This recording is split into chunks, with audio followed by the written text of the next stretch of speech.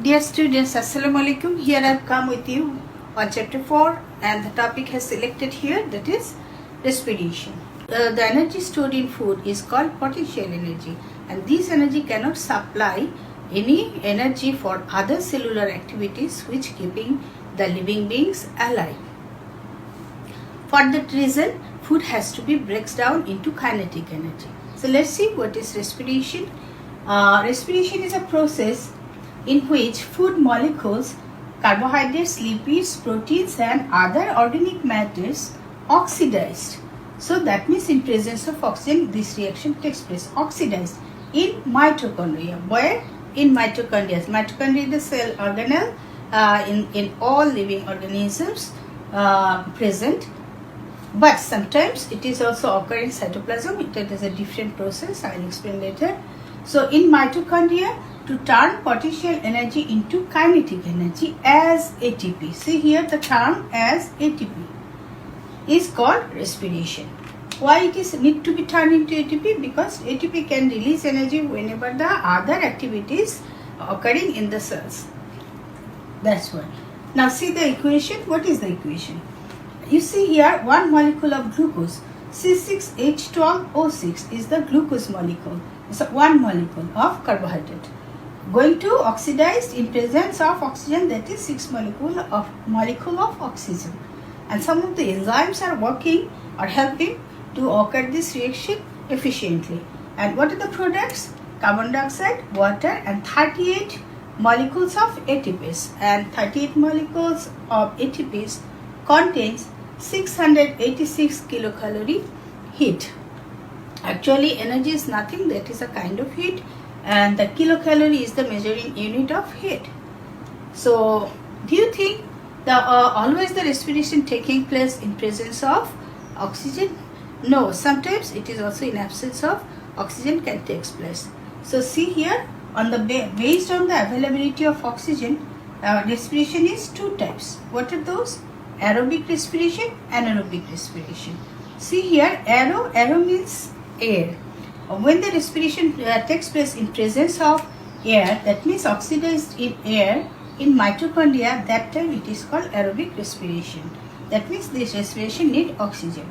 So in anaerobic respiration, when the respiration takes place in some different cases, like in microorganisms or when people do some vigorous bodily activities, then that time the supply of energy is needed very fast. That time without supply of oxygen, this kind of respiration takes place. So at this time anaerobic respiration doesn't take place in mitochondria. It takes place in cytoplasm for the production of energy, and this process produces little amount of energy and without presence of oxygen.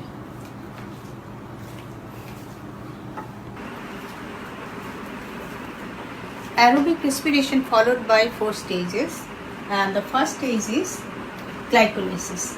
In glycolysis takes place outside the mitochondria in cell cytoplasm. That means in cell cytoplasm in absence of oxygen. So what happens in the glycolysis? Actually it's produce 4 molecules of ATPs and 2 of them are used up for the process to go on, and net ATP is 2.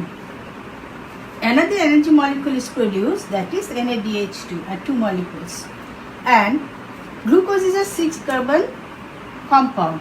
It's in this process the main function is happening here is breaks down into 2 molecules of pyruvic acid, and the carbon in pyruvic acid is 3. So it turns into 3 carbon 2 molecules pyruvic acid. That means in glycolysis 3 things are produced: ATPase, NADH2 and pyruvic acid. Now this pyruvic acid has to break down more, and it is break down again into 3 things. What are those? NADH2, 2 molecule of acetyl coenzyme A and 2 molecules of carbon dioxide. And this action also takes place outside the mitochondria in the cytoplasm, cell cytoplasm. After that, this acetyl CoA, this is the stage number 2. After that, this acetyl coenzyme A goes to the Krebs cycle. How it is going there and what is happening there? First of all, this acetyl CoA from cytoplasm entered to the cell matrix, that means mitochondrial matrix. There Krebs cycle takes place.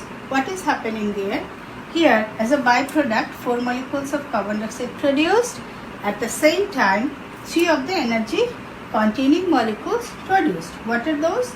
6 molecules of NADH2, 2 molecules of FADH2 and 2 molecules of GTP. And this whole process takes place in the matrix of the mitochondria. After that, the fourth stage, which is called electron transport system, and electron transport systems actually takes place in the inner membrane of the mitochondria. You know, are you seeing here the green line outside? That is called outer membrane, and the inner word that is seen there are infolds inward in the mitochondria. This red line is representing inner membrane of mitochondria, and the finger-like structures are called crystal, and the liquid fill the mitochondria, that is called matrix. And electron transport system actually occur in the inner membrane of mitochondria. What happens there? You know, in membrane is made up of lipid and proteins, and here the protein produce electrons. That electrons letting all the molecules written at the left to hydrolyze, because these are also energy molecule, but they cannot supply energy directly. That has to turn into ATPs first. So that electron produced from the protein, letting them to hydrolyze and produce proton. Actually, protein is nothing except hydrogen ion. So all the hydrogen ions in the inner membrane of the mitochondria entered to the matrix. Entered to the matrix, and few of the hydrogen ion letting the oxygen to combine and produce 6 molecules of water. 6 molecules of water, and most of the hydrogen ions comes to the matrix and letting ADP to combine with inorganic phosphate and turn into ATPs. So most of the energy is produced in electron transport channels or systems, and only this system there are 36 ATPs are produced, and we are adding to our producing glycolysis together 38 ATPs produced. Now let's see how the energy ATP production is counted. So first of all, energy containing molecules should be counted first. So how many NADH2 are here? 2, 2, 4 and 2, 6. Total 10 NADH2. And how many FADH2? 2 FADH2. 2 molecule of FADH2. And how many GTP? 2 GTP. And each of them can turn into different number of ATPs. So NADH2, 1 molecule of NADH2 can produce 3 ATPs. So 10 NADH2 produce 30 ATPs. And 1 FAD molecule can produce 2 ATPs. So 2 molecules can produce 4 ATPs. And 1 GTP can produce 1 ATP. So 2 GTP can produce 2 ATPs, and total 36 ATPs produced in electron transport, this electron transport channel, and adding 2 of them produced in glycolysis together 38 ATPs are produced in total aerobic respiration, and as a byproduct 2 and 4 carbon dioxide together make 6 molecules of carbon dioxide and 6 molecules of water, and finally 38 molecules of ATPs. And these ATPs can provide energy for other cellular activities. Anaerobic respiration also followed by two steps. Number one, incomplete oxidation of glucose, and number two, incomplete reduction of pyruvic acid. That means pyruvic acid cannot completely divide to produce new products. So let's see what happens in first steps. Here, glucose molecules breaks down into 4 molecules of ATPase, 4 molecules of NADH2 and 2 molecules of pyruvic acid. And this process occurs in the cytoplasm in absence of oxygen. So let's see what occurs in step 2. Here the pyruvic acid produced that has to be break down into lactic acid or ethanol plus or carbon dioxide plus energy.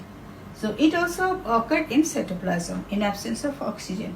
So that's why pyruvic acid cannot completely divide to produce more energy. So partially it is divided here. So what is happening here? The NADH2 produced in first steps, that has to be break down into proton, electron plus energy as 2 ATP. Here the final production of energy is produced and the amount is 2 ATPs.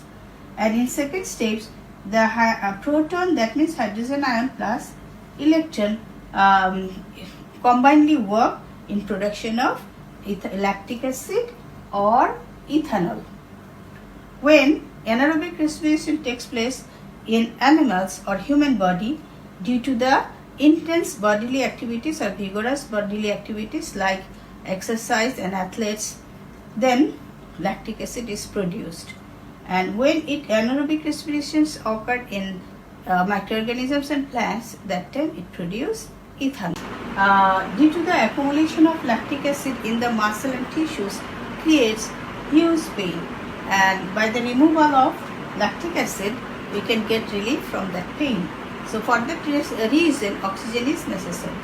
So in one word we can say, in anaerobic respiration, to break down lactic acid into carbon dioxide and water, oxygen is necessary.